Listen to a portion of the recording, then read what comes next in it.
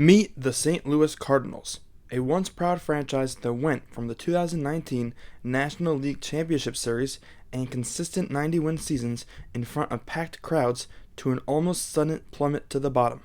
The Cardinals' fall to irrelevance happened almost suddenly in 2023, following a 93-win year. And ever since then, after trading 4 All-Stars in the offseason plus 1 at the deadline, all pundits predict that 2026 will be no different for the Redbirds. Today, I will show you how the Cardinals are not as bad as you think, and how their young talent may shock people. To truly start this story, we need to go back to the glory days, from 2019 to 2022. The Cardinals made the playoffs for 4 straight seasons, winning the division twice, and winning 90 games, all but the Corona-shortened season. The lineup was carried by mega superstars Paul Goldschmidt and Nolan Arenado, and their defense was further anchored by Paul DeJong and Tommy Edman.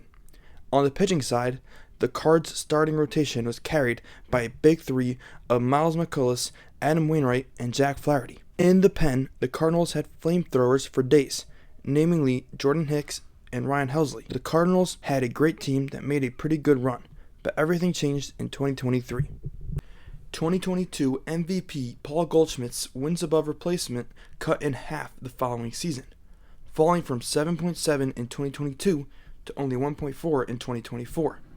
The man who finished third for MVP that season, annual Gold Glove winner Nolan Arenado, saw a 10-year Gold Glove streak end in 23, and in 24 failed to make the All-Star team after making it 8 of the past 9 seasons. Paul DeJong's offense got so bad that he, in 2023, was dealt. 2-time All-Star Miles McCullough's ERA plummeted to the 5s. Adam Wainwright retired. Their new signing, Wilson Contreras, was not nearly enough to supplement, and the team was old and full of has-beens. The Cardinals have officially fell off, and Jack Flaherty, Tommy Edman, and Jordan Hicks were shortly dealt thereafter, officially starting the Cardinal rebuild. 2023 for the Cards was rock bottom, though something else occurred that season that would end up positively changing the Cardinals forever. The Boston Red Sox were in a similar position as St. Louis, a once proud franchise which won the World Series in 2018 and made the CS in 2021 miss the postseason now for back-to-back seasons, and due to feeling fan scrutiny stemming from the team's inability to land top free agents or top targets by the deadline, owner John Henry fired his second chief of baseball operations in 4 seasons, firing former Rays exec Chaim Bloom. Don't get me wrong, Chaim had his shortcomings when it came to decisive or bold decision-making.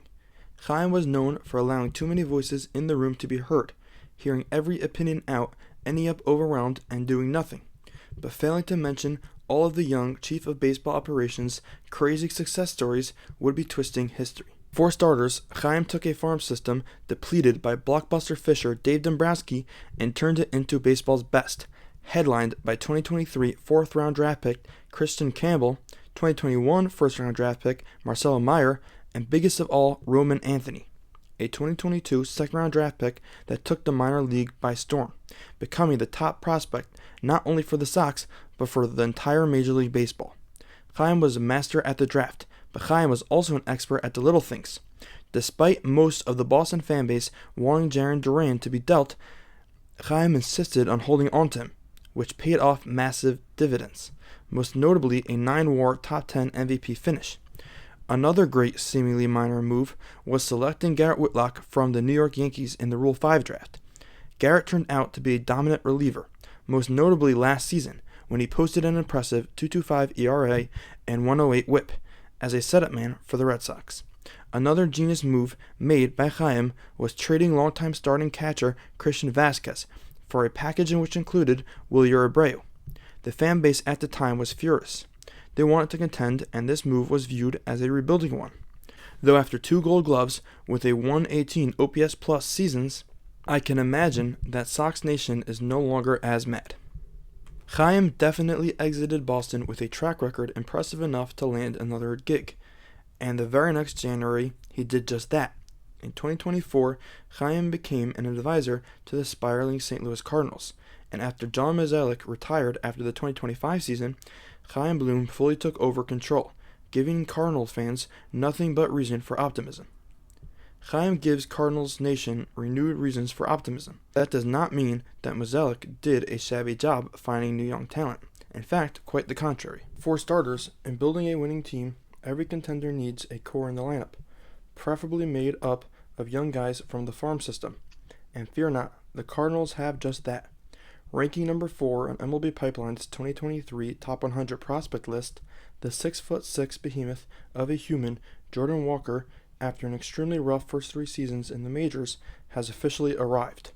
The man has gone from only 6 homers last year to a league-leading 8 already.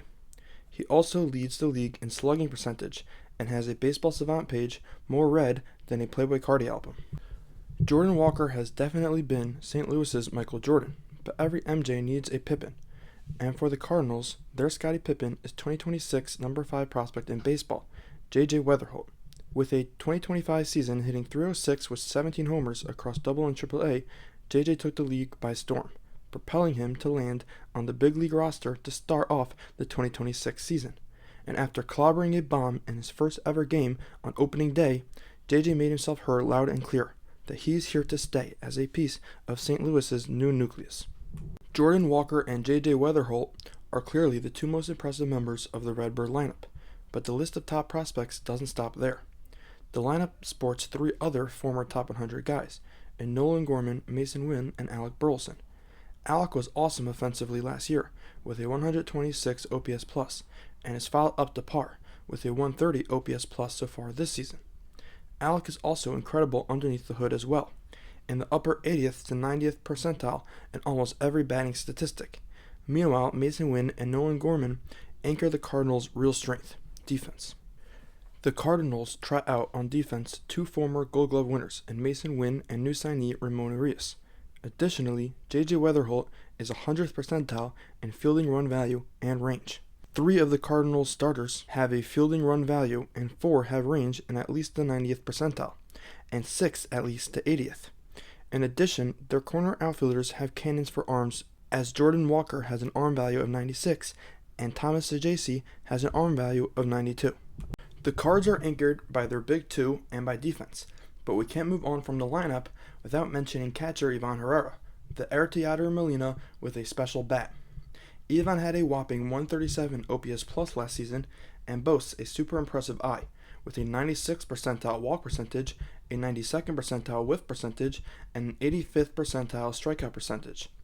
Ivan catches for a pitching staff that may have found their necks Ryan Helsley and Jordan Hicks, and 6'4" flamethrower Riley O'Brien, whom they acquired for cash considerations, and the super underrated Jojo Romero. Together, the duo has combined for 16 ever-clutch shutout 8th and 9th innings, making the end of a close game a place you don't want to be against the Cardinals. The lineup is young and up-and-coming, and the bullpen has been solidified in the back end, which leads to one area that Chaim will need to focus on the most, which is starting pitching. At the top of the rotation is a pretty decent Matthew Liberatore, a former top 100 prospect that is not bad, but is a 3 at best, not a true ace. Next is 2021 first-rounder Michael McGreevy, a young pitcher with potential, but was never ranked too highly, peaking at 8 on the Cardinals' farm system rankings. After that, we have prospect bust Dustin May and former relievers Kyle Leahy and Andre Palante. This makeshift rotation may work, but I don't see a foundation of a dominant rotation for years like I do see in the lineup. In fact, I see quite the opposite. This is what Chaim said in regards to building up the staff and the farm in general. Yeah, it's hard. It's hard to compare now versus something way in the past where I just wasn't uh, around and wasn't as in tune with the Cardinals fan base. I will say, just from being around the last couple of years, and I think this is generally true, especially in a baseball town, you do yourself a disservice if you think you can pull the wool over the eyes of your fans. Our fans are really smart. They get this. And, I actually have felt, and I understand there, people are polite and they may not tell you everything that they feel to your face.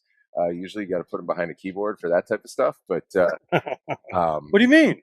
I actually have felt that, look, to the extent that this is the right course for our organization, we believe strongly that it is. And actually, the best and quickest way back to where we want to go is just to lean into this and just make sure we're doubling down on building up our young talent base, because that's how the Cardinals always win. I think I have felt that our fans understand that. And I think we'd actually be doing ourselves and them a disservice if we were to try to pretend that something else is appropriate. At the same time, there's not going to be a day, regardless of how young we are, there's not going to be a day when we show up at this place not expecting to win and not looking to win and not looking to keep that standard really high. It's not a switch you can flip. You establish that from day one. And that should not change just because our strategy is a longer term strategy. That intensity, the attention to detail, the hunger to win whatever's on your plate that day, it's something that I preach a lot within our walls to our staff. On any given day, whether you're a coach, whether you're a front office person, a scout, whatever your role is, whatever's on your plate that day, treat it like Game 7. That's the only way we get where we want to go. Chaim put an emphasis on building up the farm, especially on the pitching side. And this offseason, Chaim already got off to a hot start. Chaim traded veteran all-stars Sonny Gray, Wilson Contreras, Brandon Donovan, and Nolan Arenado, acquiring a top 100 arm, 2 arms that rank top 10 in the Cardinals system, and 4 prospects that rank top 20. Chaim has a lot of work to turn St. Louis's system into one as stacked as the farm he built in Boston. The one thing we know is that he sure got off to a great start. The Cardinals have a young nucleus that many rebuilding teams would be jealous of already. And with Chaim Bloom, a GM that turned Boston's farm system into baseball's best in rapidly quick fashion, St. Louis has nothing but positive growth and winning to look forward to. And fans in all of baseball should know that when they see the Cardinals on their schedule, that a team led by Jordan Walker and J.J. Weatherholt is something to be afraid of.